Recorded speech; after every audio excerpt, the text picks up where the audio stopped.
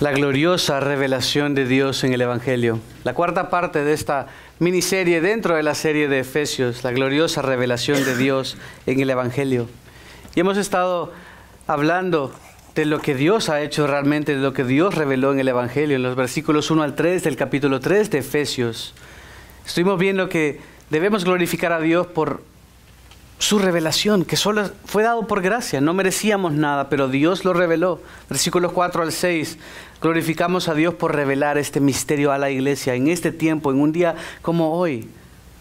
Número 3, versículos 7 al 9, glorificamos a Dios por revelar a Cristo, parte también de este hermoso misterio que fue revelado en lo que hablamos como ese protoevangelio, anunciado ligeramente ahí en Génesis 3:15, pero revelado a plenitud en Cristo, en quien todo es y se sostiene. Y ahora, versículos 10 al 13, estaremos hablando de cómo debemos glorificar a Dios por revelar su sabiduría. Realmente en todo este plan, en el plan divino, en el plan que Dios reveló, en el plan que Dios hizo partícipe a la iglesia, en ese plan en el cual Dios, a partir de Hechos capítulo 2, instauró, comenzó la iglesia, de quien Cristo es la piedra angular, de quien se sostiene todo. Es una exhibición pública de la sabiduría de Dios. Creo que hay muchos sabios que conocemos en este mundo. Hay personas inteligentes que sabemos. Por ejemplo, ayer Sandra le hizo una pregunta matemática a Lalo y creo que nadie estaba pensando, y Lalo nosotros estábamos comenzando a hacer las sumas, y Rubí y yo nosotros nos quedamos viendo porque comenzamos a hacer tanto menos tanto, y Lalo, en lo que yo estaba comenzando a pensar, Lalo ya había dicho tanto. Muy inteligente. Pero si Lalo tiene esa inteligencia y no ama al Señor su Dios con todo su corazón, con toda su alma, con toda su mente, a través de los méritos de Jesucristo, Lalo es un necio. No importa que tenga la cabeza más grande, yo tengo la cabeza grande, eso no quiere decir que sea inteligente, solo que tengo la cabeza grande. Pero no importa qué tan grande tengamos la cabeza, no importa qué acertadas las decisiones que tomemos en la vida, si no amamos a Dios, si no creemos en los méritos de Jesucristo para salvación, soy un necio. ¿Qué es la palabra? Suena bonito en castellano, pero en el idioma original es un término fuerte. Aquel que rechaza la revelación de Dios es un tonto, es un necio. Y es más fuerte realmente el término. Dios, en este plan que reveló, que estaremos viendo, que estamos estudiando, que estamos aprendiendo, Dios reveló su sabiduría. Este plan nadie hubiera podido diseñarlo. ¿Saben qué son los planes que el hombre diseña? Vayámonos de rodillas de aquí a la Catedral de la Guadalupe, aquí al sur. Ese es plan de hombre. Vámonos de rodillas de aquí a la catedral para alcanzar salvación. Ve a las aldeas más pobres del mundo y ayúdales con los pozos para ganarte la salvación. Ve a la iglesia, ve a un grupo donde la gente se viste bien y se baña bien para alcanzar la salvación. Ve y haz todo ese sistema de obras y haz buenas obras. Y todo lo bueno que hagas al final se tiene que netear con tus malas obras, para que al final lo positivo sea mayor que lo negativo y quedes en saldo positivo.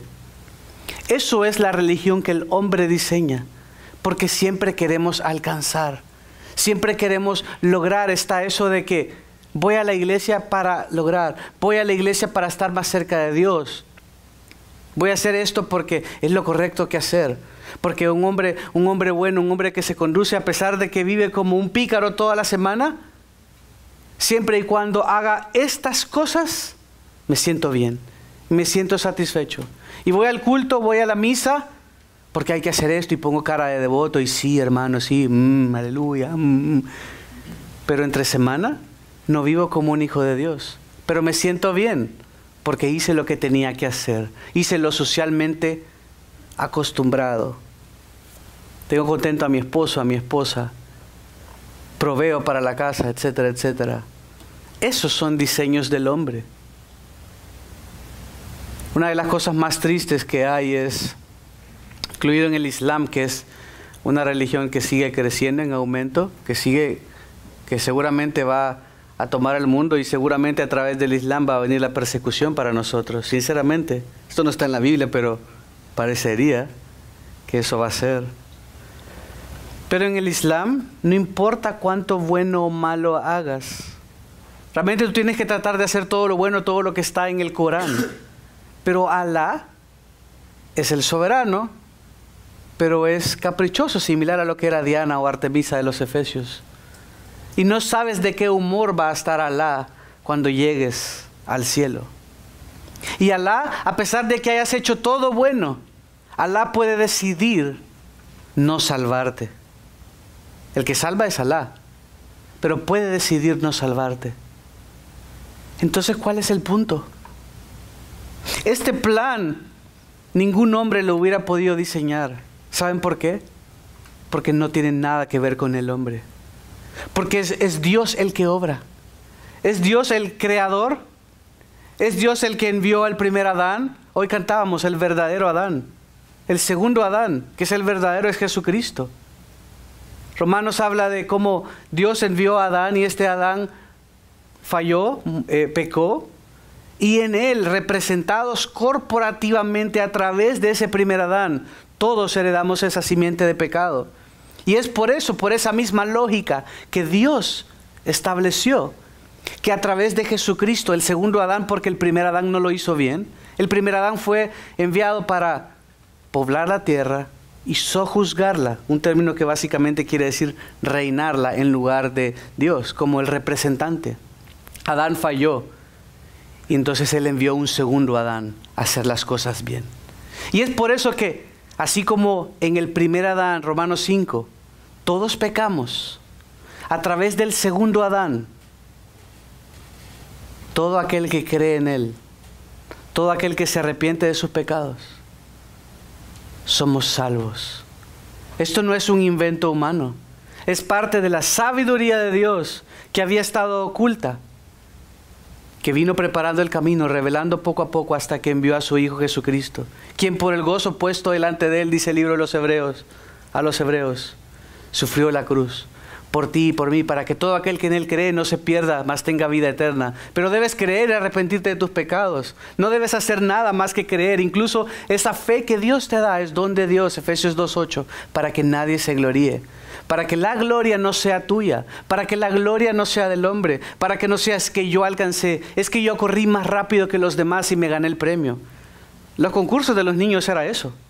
Quien comía más rápido, quien iba con el huevo más rápido, quien saltaba con la bolsa de papas, quien comía con los adultos el jalapeño más rápido. Increíble ese tipo, ¿no? Pero según el plan maravilloso de Dios, una sabiduría que el hombre no entiende, no depende de tu desempeño. ¿No es hermoso eso? Tu trabajo depende de tu desempeño.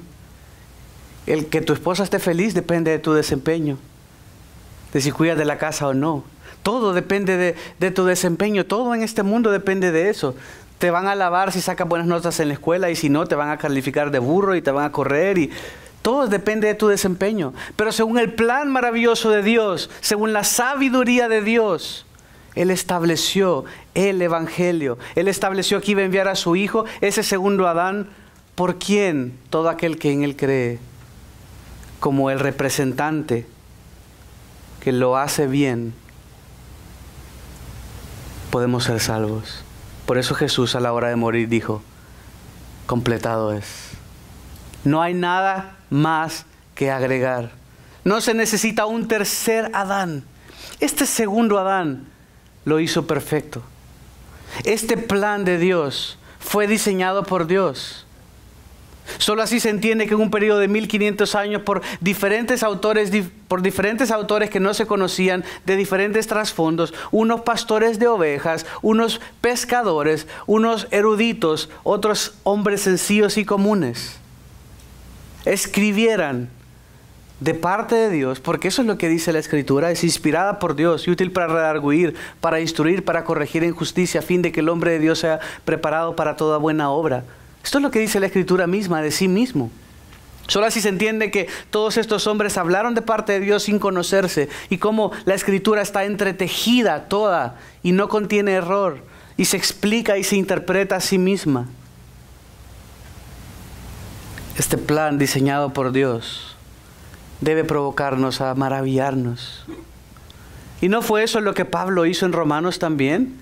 Cuando después de estar hablando todo lo que Dios había hecho, de repente se detiene y dice: oh, profundidad de las riquezas de la sabiduría de Dios, cuán insondables son tus juicios, cuán inescrutables son tus caminos. ¿O no es la Biblia misma la que dice: ¿quién le dio consejo al Señor? Job le cuestionó y dice: Job, ¿estabas tú ahí cuando yo creé los cielos y la tierra? Cuando yo formé al hombre. ¿Estabas tú ahí cuando yo hice todas estas cosas maravillosas? El Señor en su plan perfecto revela su sabiduría.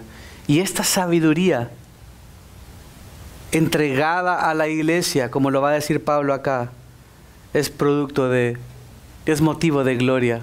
Es una exhibición pública a principados y potestades, como va a decir.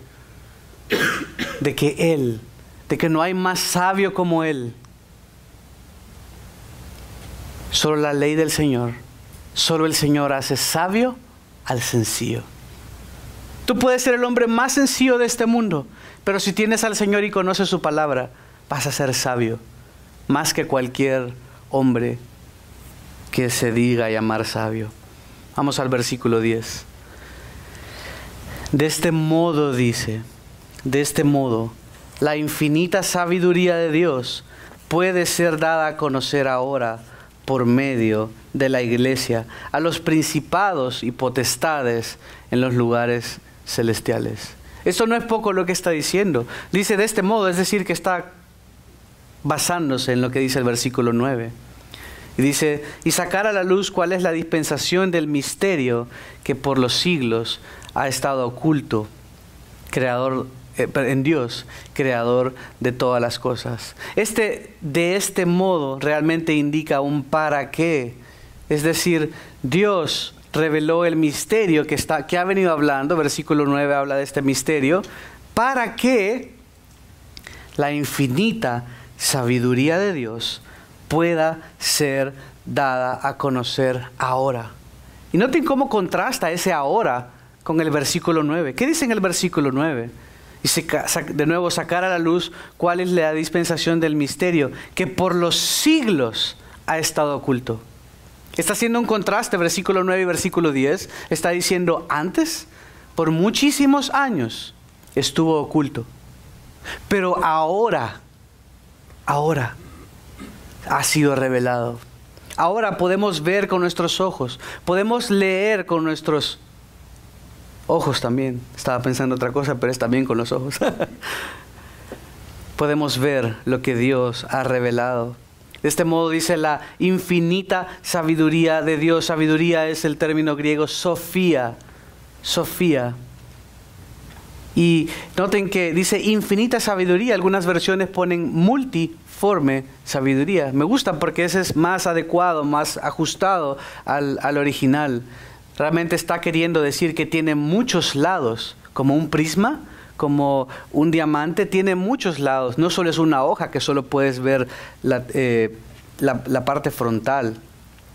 Es la infinita sabiduría y ese mismo término que se usa para describir multiforme o que se usa para decir infinita sabiduría de Dios, es el mismo término que se usa, por ejemplo, para una túnica de muchos colores.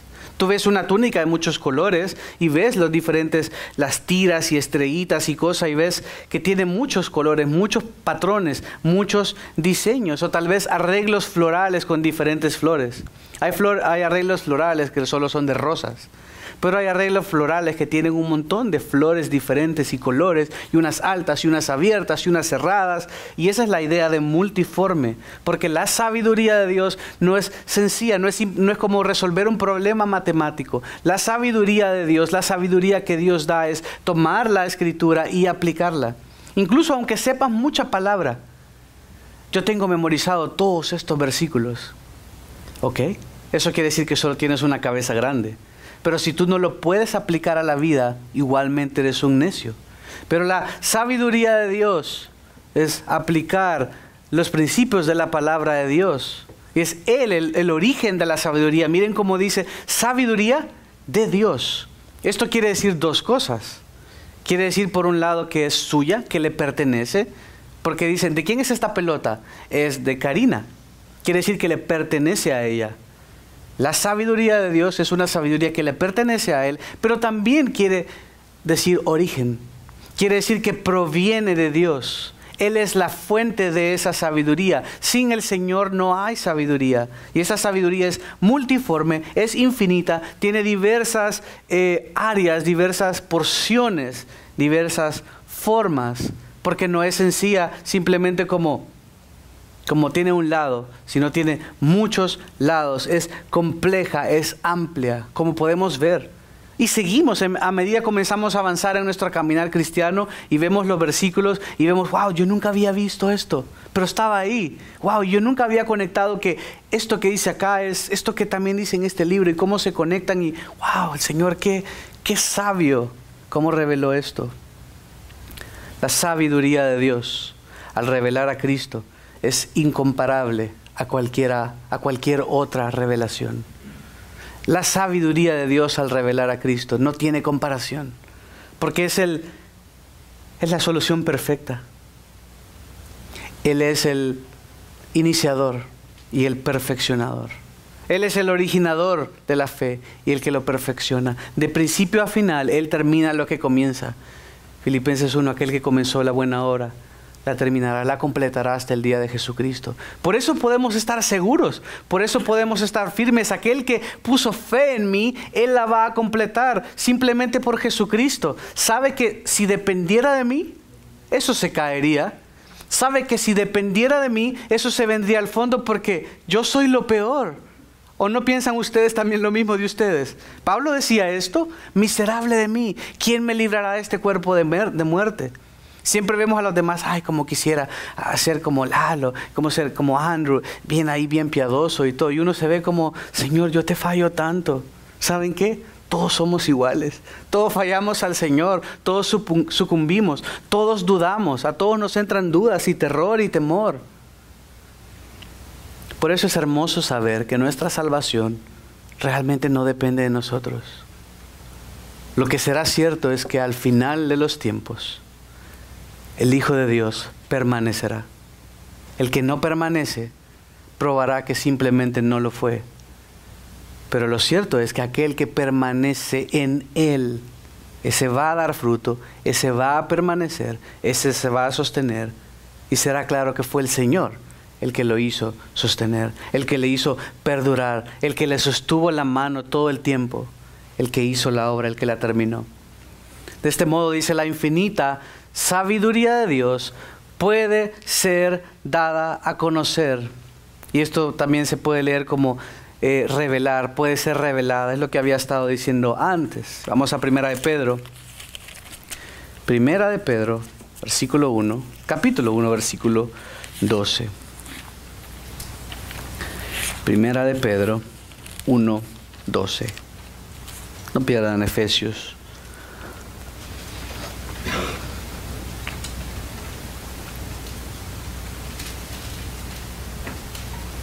Pablo está diciendo algo medular. Y recuerden que esta es la última porción, que del versículo 2 al 13, Pablo está haciendo una pausa en su oración.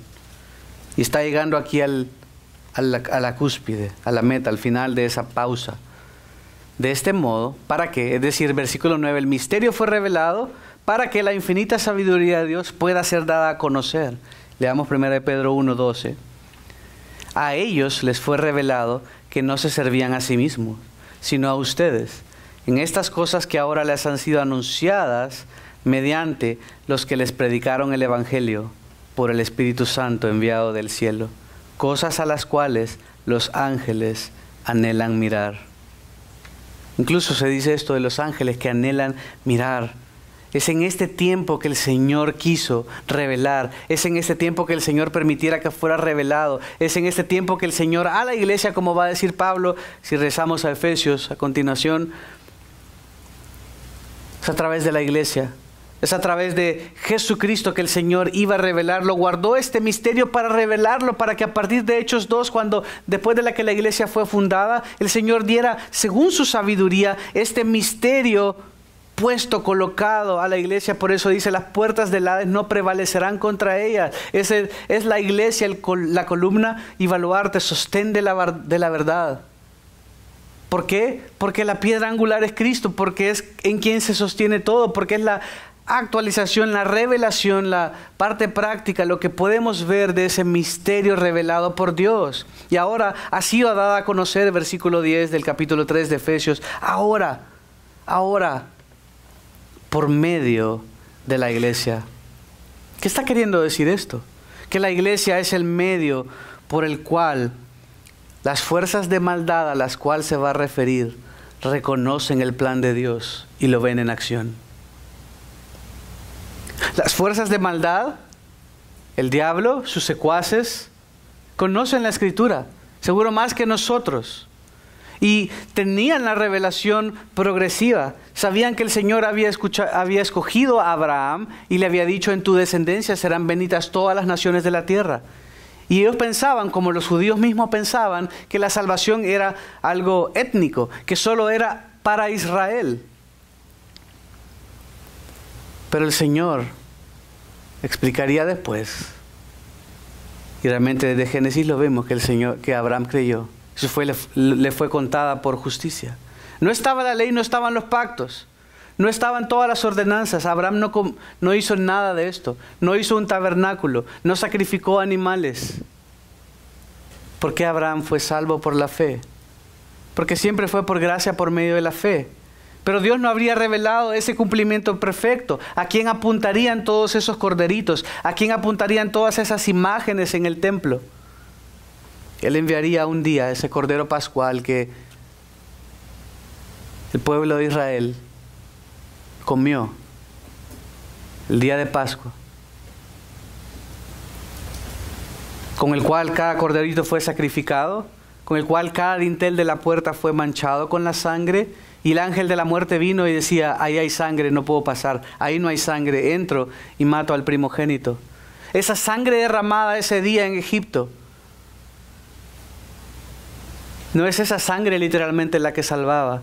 Esa es gracia de Dios que les estaba dando como imagen de ese corderito, apuntando a la sangre que un día sería revelada, derramada por medio de ese cordero.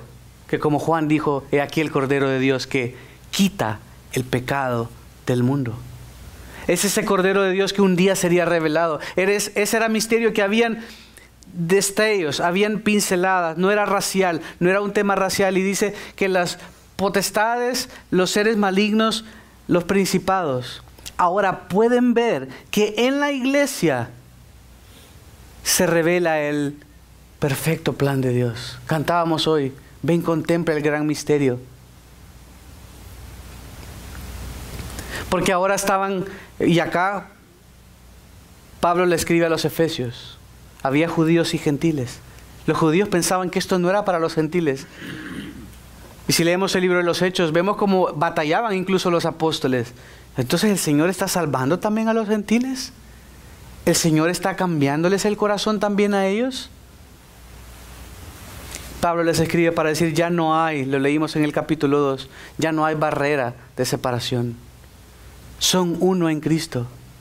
Esa sabiduría de Dios por el cual incluso nosotros acá, de diferentes naciones, de diferentes lenguas originales, podemos adorar juntos al Señor, sin importar las diferencias sociales, culturales, ni nada. Podemos adorar juntos y sentirnos como uno. Ahora ha sido revelado por medio de la iglesia. Efesios capítulo 1, 22, el Señor había dicho algo así. Efesios 1, 22, unos capítulos atrás, dice, y todo lo sometió bajo sus pies. Esto es a Jesucristo. Y a Él lo dio por cabeza sobre todas las cosas, a la iglesia, la cual es su cuerpo, la plenitud que lo llena todo en todo.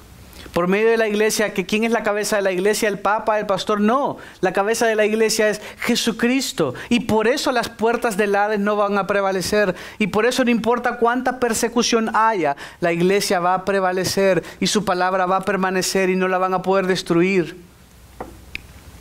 Y por eso en los periodos más grandes de persecución, la iglesia es cuando más ha crecido. Sabemos que en China es prohibido el cristianismo. Y hay pena de muerte con eso, o prisión. Pero ¿sabían ustedes que la iglesia en China es de las más grandes del mundo que hay? Es de las más grandes que hay. El Señor a menudo ocupa la persecución, la tribulación, para regar la semilla del Evangelio. Siempre se me olvida quién fue, pero creo que fue Tertuliano que dijo: la sangre de los mártires es la semilla de la iglesia, la que hace brotar. El Señor ocupa la persecución para realmente expandir el Evangelio. Y Pablo está en este sentido también siendo atribulado. Por eso va a terminar esta sección, el versículo 13, diciendo esto. Dice: ruego por tanto que no desmayen a causa de mis tribulaciones, porque son su gloria.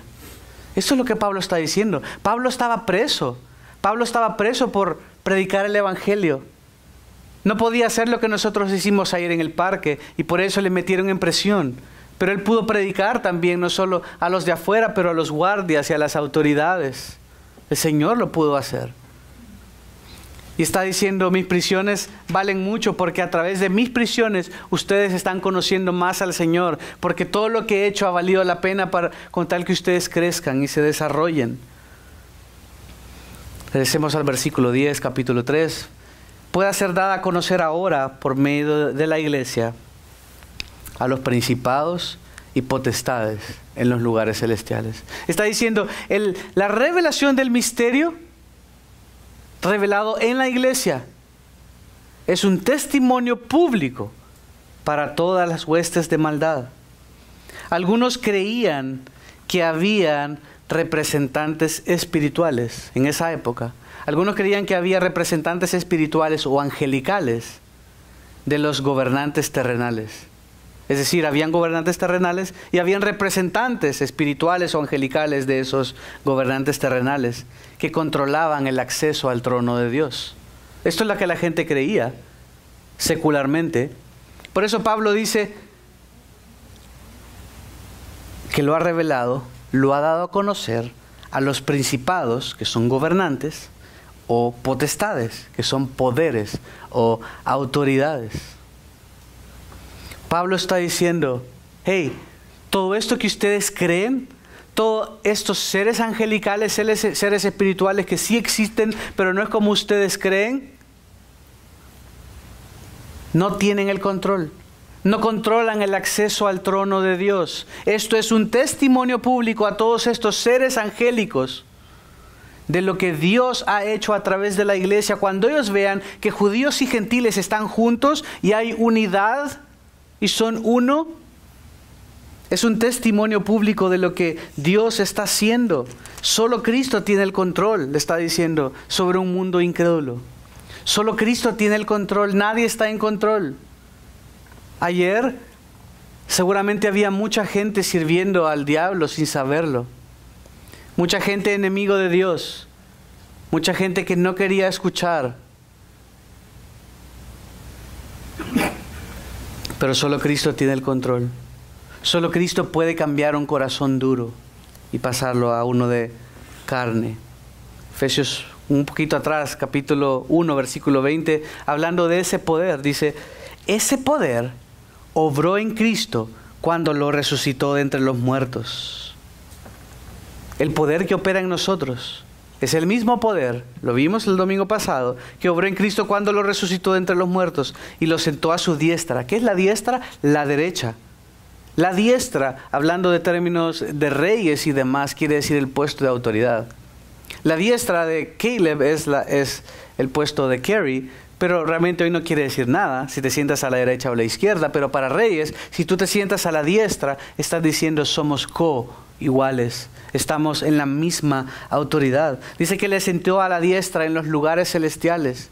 desde donde Cristo hoy intercede por nosotros. Fue dado a conocer este misterio por medio de la iglesia a los principados y autoridades. Públicamente les ha humillado y les ha hecho saber que el Señor está en control, que ninguno de ellos está en control.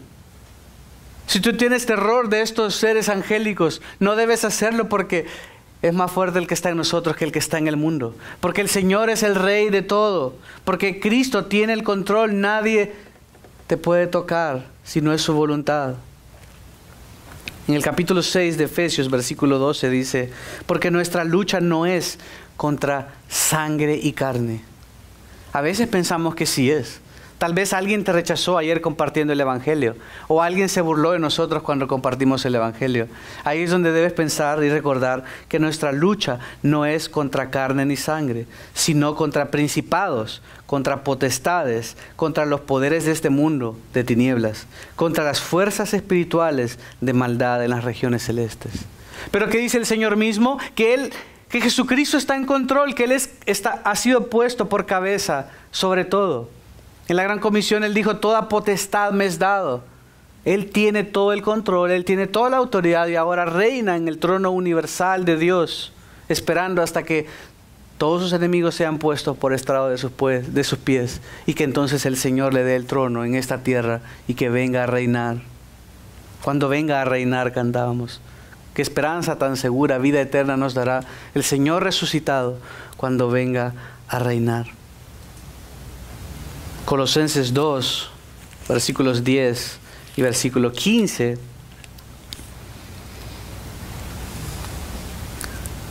Por si teníamos dudas, por si pensamos que eso no estaba bien, dice: y ustedes han sido hechos completos en Él, que es la cabeza sobre todo poder y autoridad. Versículo 10, versículo 15. Y habiendo despojado a los poderes y autoridades, hizo de ellos un espectáculo público, triunfando sobre ellos por medio de la cruz, por medio de Él.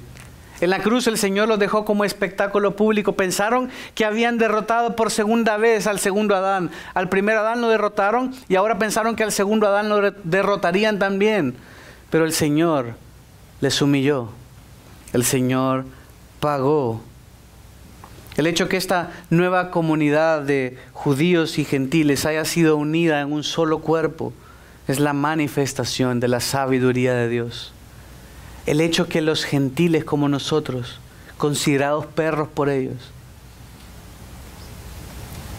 hayamos sido aceptos delante de Dios por Cristo,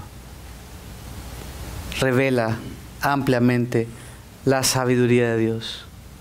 A través de la iglesia, a través de esto que está pasando aquí, el Señor exhibe su sabiduría, exhibe su poder. Debemos glorificar a Dios porque decidió revelar su sabiduría a través de la iglesia. Creo que fue Spurgeon que dijo que la iglesia es el lugar más preciado en la tierra. No tu casa, no tu trabajo, no tu jardín. La iglesia es el lugar más preciado en la tierra. Porque es en la iglesia donde se revela el misterio. Es en la iglesia donde se revela la sabiduría de Dios. Es en la iglesia donde Dios decidió revelar, otorgarnos esa esperanza tan segura. No somos mejores que los judíos. No lo somos. Eso no quiere decir que debemos verles de menos. El Señor un día salvará un remanente de ellos, como Romanos 9 al 11 lo dice. Debemos orar porque el Señor cumpla esto. Son igual pueblo de Dios como nosotros lo somos. Versículo 11. Conforme al propósito eterno que llevó a cabo en Cristo Jesús, nuestro Señor. Conforme al propósito eterno que llevó a cabo en Cristo Jesús, nuestro Señor. Y este conforme realmente está haciendo referencia al versículo 10 que dice: de este modo la infinita sabiduría de Dios puede ser dada a conocer ahora por medio de la iglesia a los principados y potestades. Hablando de dar a conocer o revelar conforme al propósito eterno. Es decir, esto fue revelado porque fue parte del plan de Dios desde el principio. No es algo que a Dios le tomó por sorpresa Efesios 1:11 dice, también en Él hemos obtenido herencia, habiendo sido predestinados según el propósito de aquel que obra. ¿Cuántas cosas? Todas las cosas, conforme al consejo de su voluntad. Esta fue su voluntad, fue parte del plan. Dice, fuimos predestinados desde antes de la fundación del mundo, porque siempre fue parte del plan de Dios. Dios es el que reveló este plan y lo llevó a cabo, lo formó, lo hizo posible a través de Cristo Jesús.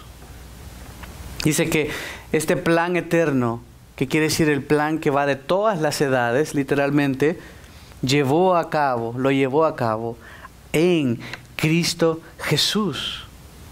Y habla algo interesante, porque antes dijo de principados y potestades, que asociamos con estos entes malignos, con las autoridades. Está realmente haciendo referencia a lo que la gente creía en esa época. Y acá, por si había duda, en el versículo 11 les dice, ¿quién es este Jesús?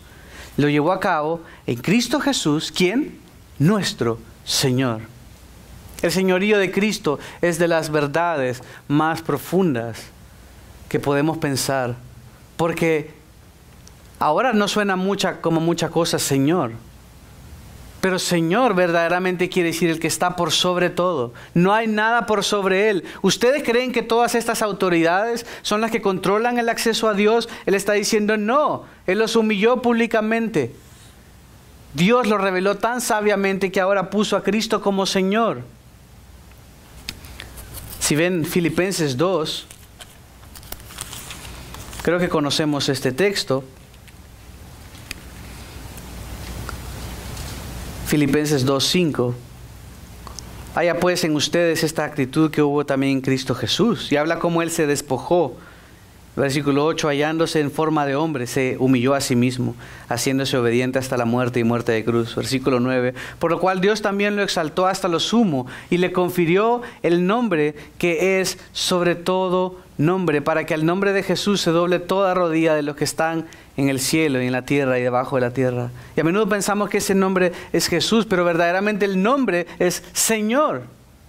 El nombre al que hace referencia es que Él es Señor, el que está por encima de todo, el que controla todo, el que todo mundo se rinde ante Él. Él es el Señor y es nuestro, no es de nadie más. No nos controlan las potestades y los principados. Es el Señor el que es nuestro Rey, el que es nuestro amo, el que es nuestro dueño. ¿Y saben qué es lo hermoso de decir que Él es el Señor? Quiere decir que el plan ha sido completado. Quiere decir que no hay nada más que agregar al plan. Tú no tienes que, mire, este pan ya viene prehorneado. Así que solo ponlo 10 minutos y le echas un poquito de sal y lo cortas. O esta comida es freezer, ¿cómo dicen esto? Freezer ready o como no me acuerdo. O las preparadas y que ya solo lo calientas y todo. Esto no es una sopa Maruchan de las que toma aquí alguien que conozco, que solo le echas agüita. No, esto está listo. El Señor está diciendo, ha sido completado. Él es el Señor. Él ha sido puesto por sobre todo. Nadie hay como Él. No necesitas agregar nada más. Este propósito eterno, esta sabiduría de Dios revelada por Él, lo llevó a cabo a través de Jesucristo, nuestro Señor. El Señor, el que está por sobre todo. El plan de crear a la iglesia en Hechos 2 es consistente con el propósito eterno de Dios. Tú no eres una excepción. Tú y yo, la iglesia, no es un plan B de Dios. No es una espiritualización tampoco. No estamos diciendo que la iglesia comenzó en el Antiguo Testamento y que ahora entendemos mejor. No, Israel es Israel, la iglesia es la iglesia y la salvación siempre ha sido por gracia, por medio de la fe. No somos un plan B. Como les expliqué el domingo pasado, no quiere decir que el Nuevo Testamento reinterpreta el Antiguo Testamento.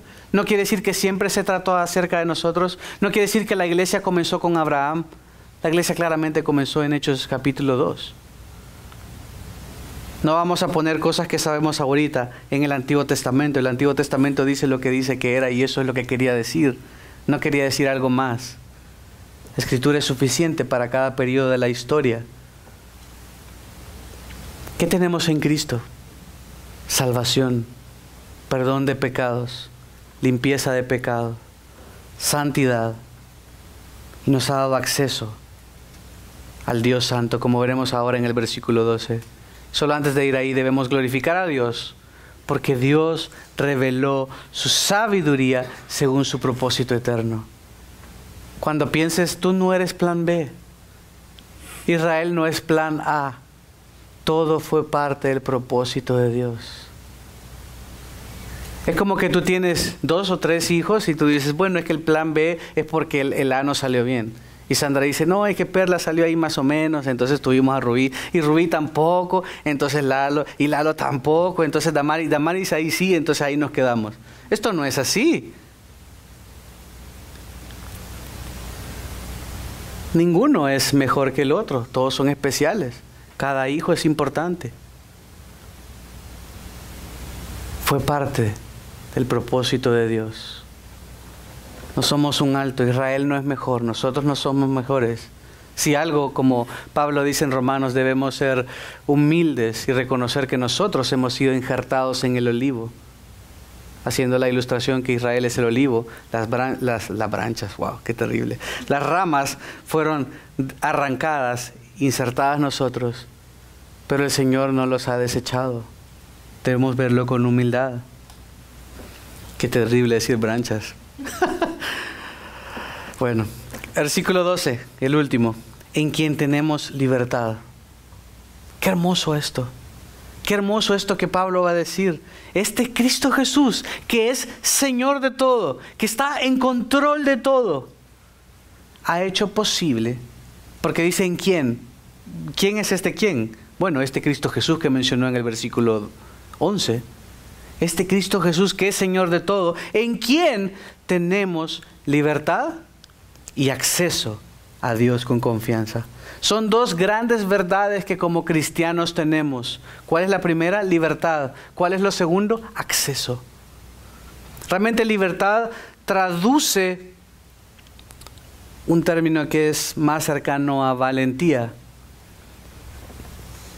Libertad describe una actitud interna de que ahora delante de Dios, por Jesucristo, tenemos libertad.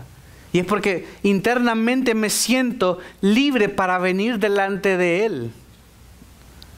Puede ser que tú te sientas libre, pero eres esclavo, ¿cierto? Pero dice, tienes la libertad. Pero no solo tienes la libertad, no solo se queda ahí, también hay algo externo, una realidad externa. Tienes acceso a Dios con confianza. Tenemos una realidad interna, tengo libertad para venir delante de Dios cuando quiera y cuando pueda. ¿Por qué? Porque tú te portaste bien esta semana. No, eso es fariseísmo. Tienes libertad de entrar delante de Dios. ¿Por qué? Porque Jesucristo es tu Salvador. Y Él te dice, venid a mí los que están trabajados y cansados y yo os haré descansar. Y porque 1 Juan nos invita a que si alguno ha pecado, vengamos y confesemos nuestros pecados. Y Él será fiel y justo para perdonarnos y limpiarnos de toda maldad. Tenemos libertad, pero no solo eso, tenemos acceso. Es una realidad externa. Puedes entrar, la puerta está abierta. Y puedes entrar y no solo que, no, es que yo sé que puedo entrar, pero a mí me da pena. Yo sé que el presidente de la empresa ha dicho que las puertas siempre están abiertas, pero ¿quién va a entrar? ¿No? Con el presidente lo ves todo serio y todo. No, usted venga y dígame todo lo que sea. Un presidente o un jefe, y tal vez uno tiene, jefe, puedo entrar. Y él le ha dicho, entre. Y hay unos que son bien confianzudos. Pues eso es lo que quiere el Señor. La puerta está abierta y debes tener la libertad para entrar. Porque Dios no te va a mirar si eres su hijo. No te va a mirar, no te va a juzgar, no te va a dar más acceso por lo que tú hiciste. Sino que cuando nos vea a cada uno de nosotros, cuando vea a Miguel, cuando vea a Mac, cuando vea a cada uno de aquellos que es su hijo, nos va a ver vestidos con la ropa de Jesucristo, que dice consumado es, que dice pagado es. Y por eso tengo libertad. Hoy, Señor, te fallé. Hoy, Señor, no te busqué. Señor, esta semana, pero tengo libertad. Sé que soy tu hijo. Debo de sentirme con la libertad de venir delante de ti porque Jesús ya pagó en mi lugar. La puerta está abierta. Él abrió el camino. Tú eres su hijo. Por lo tanto, siéntete con esa valentía, con esa libertad de tener un acceso a Dios con confianza.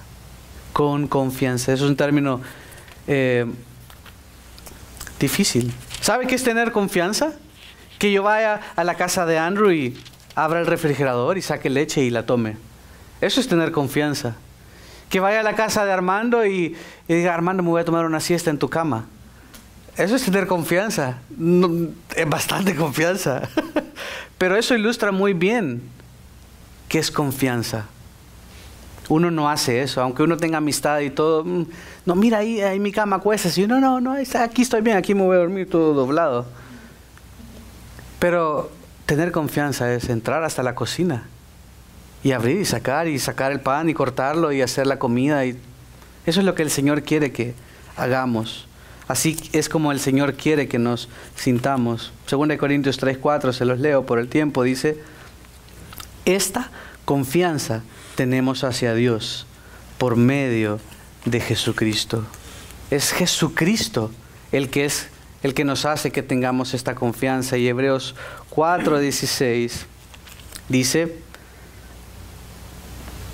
por tanto, acerquémonos con confianza al trono de la gracia, para que recibamos misericordia y hallemos gracia para la ayuda oportuna.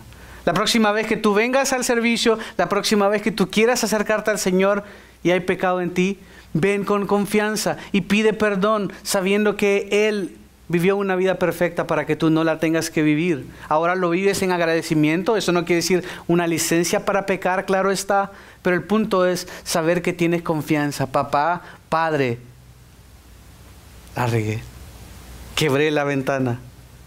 Con mi hermano jugábamos en casa béisbol siempre y una vez quebré un jarrón. Era de mi mamá y pues lo escondimos.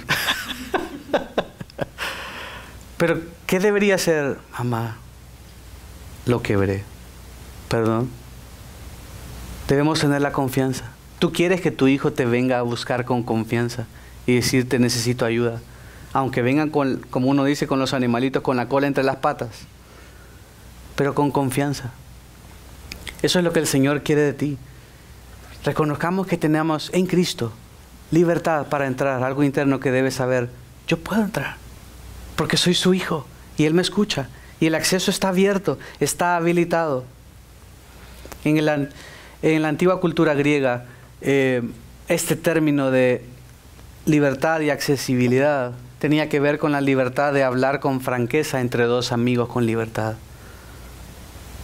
La libertad de un ciudadano también de hablar libremente ante una asamblea de conciudadanos. Pablo estaba usando términos que ellos entenderían para decir, esta es la confianza que deberías tener delante de Dios. Por eso dice que vengamos con confianza por medio de la fe en Él. ¿Saben qué me encanta de esta frase que en el castellano se pierde un poco? Dice por medio de la fe en Él. Literalmente en el griego dice por medio de la fe de Él. ¿Notan esa diferencia? Por medio de la fe de Él, es decir, la fe de Dios. Por medio de la misma fe que Dios, según Efesios 2, puso en ti. La fe es de Dios, no de nosotros, para que no nos gloriemos. Esa fe que pertenece a Dios, que Dios te cambió y te puso a ti, te regeneró, te hizo una nueva criatura, por medio de la fe que Él mismo puso en ti, que te hizo abrir los ojos y ver a Cristo y arrepentirte de tu pecado. Esa fe que no es tuya, no la generaste, no la desarrollaste, no la memorizaste. Esa fe que Dios te dio es el medio por el cual realmente tú tienes acceso a Él. En el momento que esa fe, si fuera tuya, tú la alcanzaste y entonces hoy fallaste, claro, siéntete avergonzado. Si es algo que tú lograste, siéntete abochornado porque te caíste del pedestal. Si es algo que tú alcanzaste, algo que No creemos acá algo que todas las religiones del mundo es por un mérito humano. Siéntete avergonzado y ve a hacer penitencias y di 40 Aves Marías y vete de rodillas hasta México porque tienes que saldar esa deuda. Pero eso no es lo que dice la Escritura. La Escritura dice: Cristo pagó, Él te dio la fe, por lo tanto tienes acceso y libertad. Nunca más duda, nunca más desconfianza, sino ven a Él.